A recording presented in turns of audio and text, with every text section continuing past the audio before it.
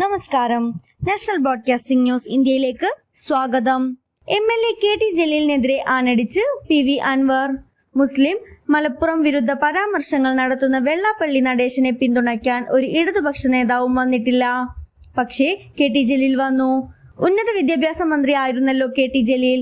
എന്നിട്ട് അദ്ദേഹം മലപ്പുറത്തിന് വേണ്ടി എന്ത് ചുക്കാണ് ചെയ്തതെന്ന് PV അൻവർ വാർത്താ സമ്മേളനത്തിൽ ചോദിച്ചു. ജലീൽ പറയുന്നത് ആരും വിശ്വസിക്കില്ല. അത് ജലീലിനും അറിയാം. അതാണ് ഖുറാനെ കയ്യിൽ പിടിക്കുന്നത്.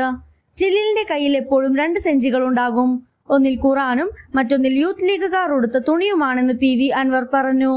വാർത്താ സമ്മേളനത്തിൽ UDF-നെയും PV അൻവർ വിമർശിച്ചു. സംസ്ഥാനത്ത് വർദ്ധിച്ചു വരുന്ന വിലക്കയറ്റത്തിൽ സഭയിൽ അടിയന്തര പ്രമേയ ചർച്ച തുടങ്ങി. പ്രതിപക്ഷ MLA ആയ PC വിഷ്ണുനാഥാണ് അടിയന്തര പ്രമേയത്തിന് നോട്ടീസ് നൽകിയത്. നോട്ടീസ് നൽകിയപ്പോൾ മന്ത്രി പരിഹസിച്ചുവെന്ന് PC വിഷ്ണുനാഥ് MLA പറഞ്ഞു. വെളിച്ചെണ്ണ വിലക്കയറ്റം അതിരൂക്ഷമാണ്. പപ്പടത്തിന് വെളിച്ചെണ്ണയിലേക്ക് എത്താൻ ഇനിയും കാത്തിരിക്കേണ്ടി വരും.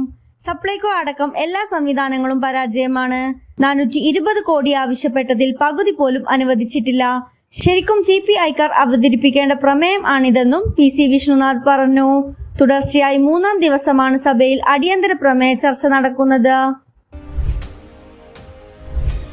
കൊച്ചി.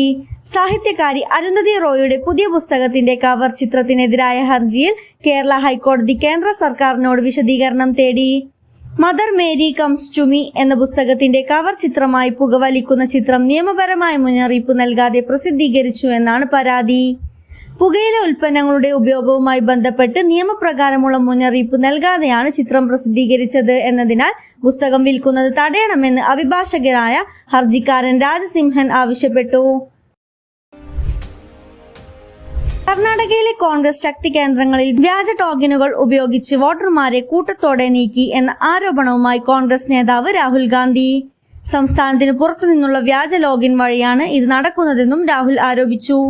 തെളിവായി കർണാടകയിലെ അലന്ത് മണ്ഡലത്തിൽ നിന്ന് സാക്ഷികളെ ഹാജരാക്കിയായിരുന്നു രാഹുലിന്റെ വാർത്താ സമ്മേളനം. മറ്റുള്ളവരുടെ വോട്ടുകൾ ഒഴിവാക്കാൻ തങ്ങളുടെ പേരുകൾ ആരോ ഉപയോഗിച്ചുവെന്ന് ഗോദാബായ്, സൂര്യകാന്ത് എന്നിവർ പറഞ്ഞു.